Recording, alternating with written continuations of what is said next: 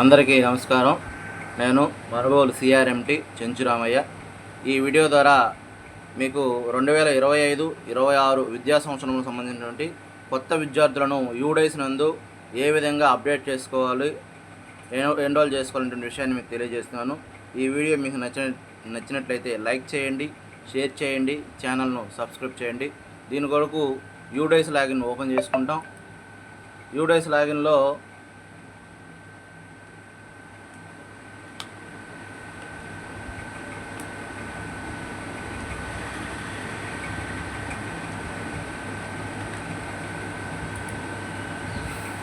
ఈ విధంగా లాగిన్ అయిన తర్వాత 2025-26 సంవత్సరాన్ని సెలెక్ట్ చేసుకుంటాం.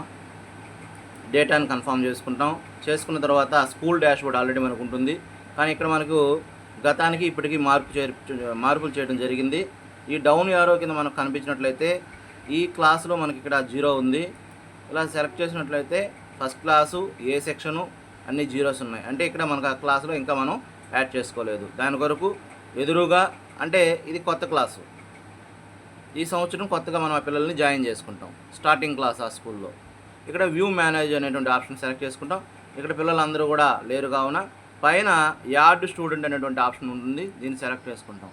ఇక్కడ సెలెక్ట్ చేసుకున్నప్పుడు ఫస్ట్ ఆ విద్యార్థి యొక్క ఆధార్ నెంబర్ ఎంటర్ చేసి ఆ విద్యార్థి ఎక్కడ ఉన్నాడో లేదనే విషయాన్ని మనం చూసుకుంటాం.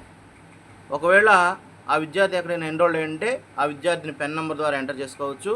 అలా కాకుండా ఎన్రోల్ కాకుండా కానీ ఉంటే మనం డైరెక్ట్ అడ్మిషన్గా చేసుకోవచ్చు. ఈ వీడియో మీకు నచ్చినట్లయితే లైక్ చేయండి, షేర్ చేయండి, ఛానల్ని సబ్స్క్రైబ్ చేయండి. Thank you very much.